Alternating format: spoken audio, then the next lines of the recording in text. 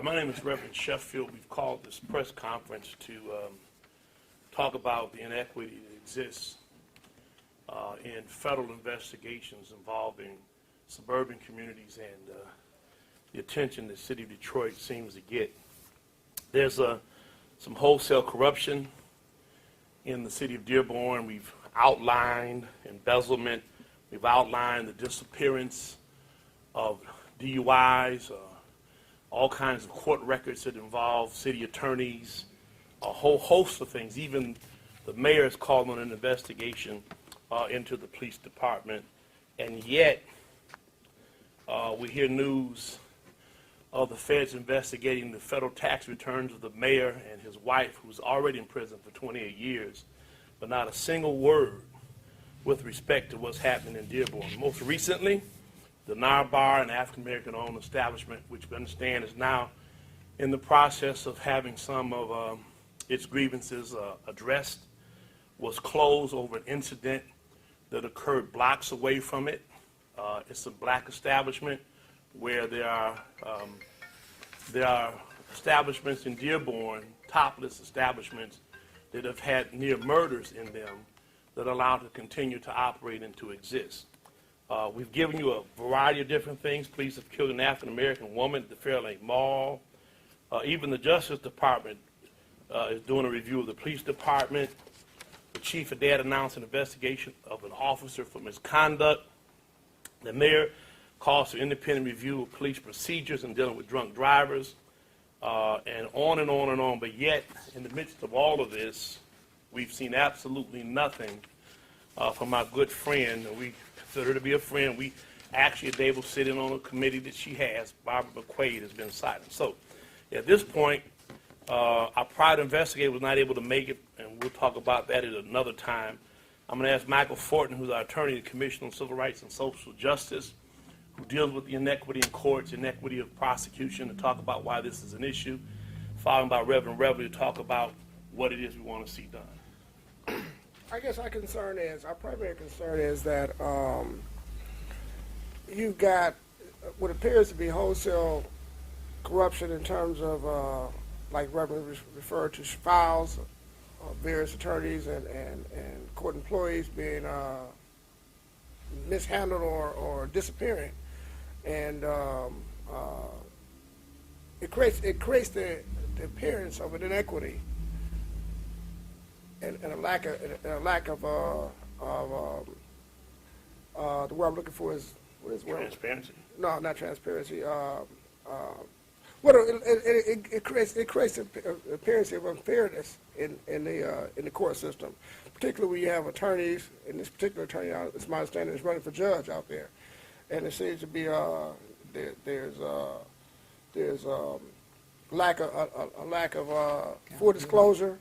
Lack of full disclosure in terms of the court employees and their relationship to these various individuals. So there needs to be an investigation into not just the court system, but there's been complaints filed with the District Attorney Commission and the Attorney's Grievance Commission, and we want to find out about the status of those investigations.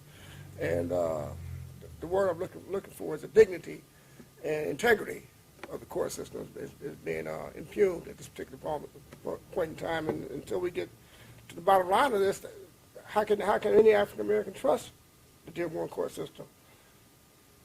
Reverend Reveley? We have been contacted by a number of citizens of Dearborn who have informed us of these atrocious acts that have been committed to them, against them, that they are involved in.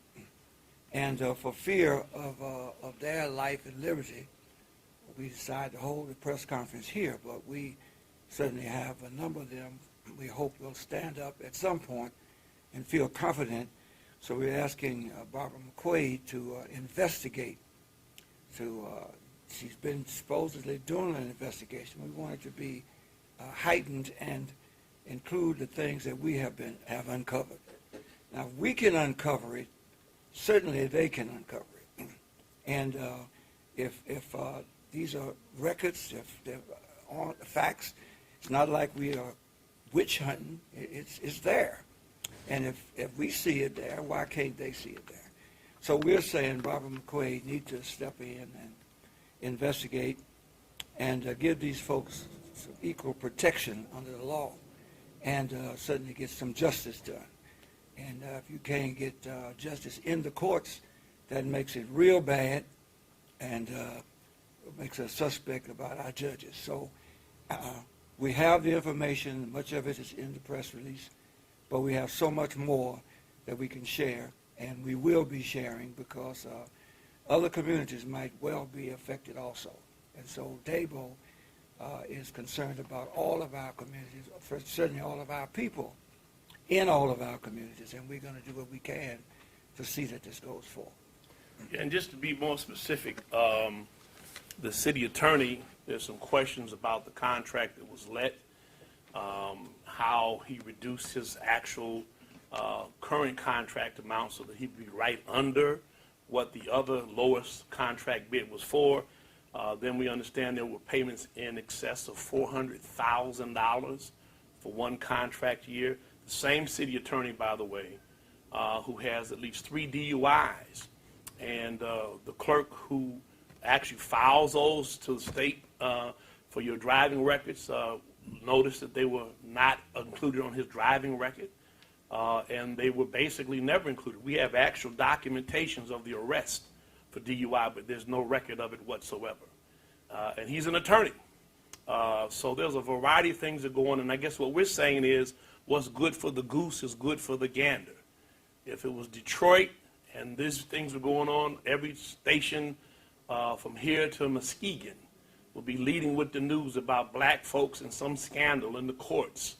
But here we are in another community where we're the victims of such, and you hear nothing about it at all. So we know Barbara McQuaid is an honorable person, and we're kindly asking her to step up her investigation and to bring some clarity to what seems to be tampering in the courts and overall miscarriage of justice. We'll take any questions if you have any. That's basically our statement. You good? All right.